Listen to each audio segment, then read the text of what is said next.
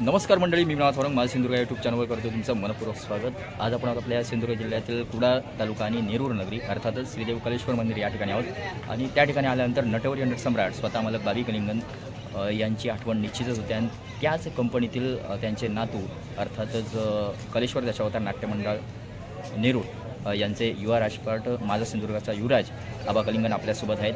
दरवर्षीप्रमाणे यंदा जत्रोत्सवासाठी आगळीवेगळी पर्वणी असते आपल्या नाणेलीतील श्रीदेवी सातेरी मंदिर या ठिकाणी। त्यासाठी आपण त्यांच्याशी चर्चा करतोय काय यंदा नवीन रसिकांसाठी भेट असणार आहे या वर्षीच्या सातेरी मंदिर येथील जत्रोत्सवासाठी। नमस्कार, सर्वांचे स्वागत। आणि सांगायचं झालं तर नाविन्यपूर्ण गोष्ट नाणेलीची जत्रा म्हटल्यानंतर सगळ्यांना एकच उत्सुकता असते। माझ्या कंपनीतील कलाकारांसहित अनेक दशावतारी कलाकारांना आणि माझ्या रसिक मायबापांना एकच उत्सुकता की नाणेलीत नाटक आहे म्हणजे नक्कीच काहीतरी नाविन्यपूर्ण गोष्ट पाहायला मिळते।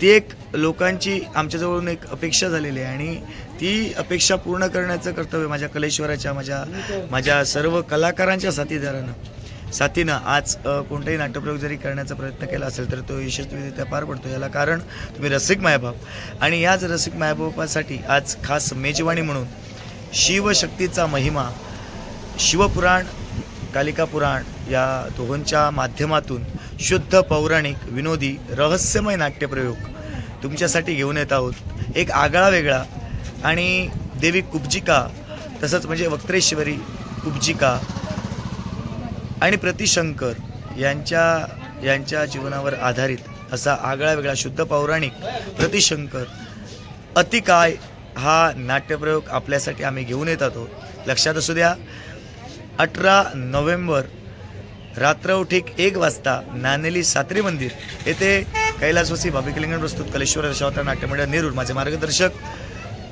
श्याम सारंग जिथं जिथं अडलो तिथं माझे मित्र श्याम सारंग यांनी मला त्या नाट्यप्रयोगात सहकार्य केलं आणि एक आगळा वेगळा आणि शुद्ध पुराणाचा आधार घेऊन तुमच्यासाठी घेऊन येत आहोत आगळा वेगळा नाट्यप्रयोग अतिकाय। तरी सर्व नाट्यरसिकांनी या सुवर्ण संधीचा अवश्य लाभ घ्यावा। धन्यवाद। धन्यवाद। या ठिकाणी माझा सिंधुदुर्ग विनाथ वारंग यूट्यूब चॅनलच्या माध्यमातून आलात आणि एक आगळ्या म्हणजे रसिकांना उत्सुकता असते की दरवर्षी त्या ठिकाणी नवीन नाट्यप्रयोग सादर केला जातो।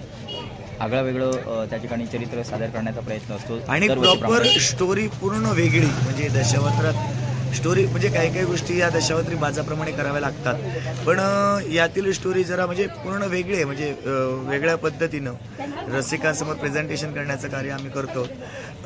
काही लोक आमच्याजवळ म्हणजे वेगळं काहीतरी पाहायला मिळेल या उद्देशानं पाहतात। काही लोक फक्त म्हणजे विनोदी जास्तीत जास्त जर हवं असेल पैसा वसूल नाटक तर ते सुद्धा पाहिलं जातं। पण हा नाट्यप्रयोग ज्या याच्यात कॉमेडीसुद्धा आहे पण तेवढ्या उंचीवर नाही पण एक वेगळ्या पद्धतीनं हा नाट्यप्रयोग म्हणजे ते आतापर्यंत राक्षस हा म्हणजे त्याला देव अनेक अवतार घेऊन त्याला मारतात की देव मारतात किंवा देवीचे अनेक अवतार आपल्याला पाहायला मिळतात जे दानवाच्या नाशासाठी येतात किंवा देव स्वरूप धारण करून मानवांच्या हातून मारून घेतात असा सुद्धा प्रकार। पण या नाटकात त्याच्या विरुद्ध आहे। देव अवतार घेणारच, नक्कीच अवतार घेणार पण नपेक्षा या विश्वात म्हणजे ज्या आपल्या जगात भारत देव हिंदूंची देवस्थान आहेत त्याचा महिमासुद्धा करणार नाही। ज्या गोष्टी कोणाला माहीत नाही त्या दर्शवण्याचं कार्य आम्ही करतो। म्हणजे मीच नाही, माझे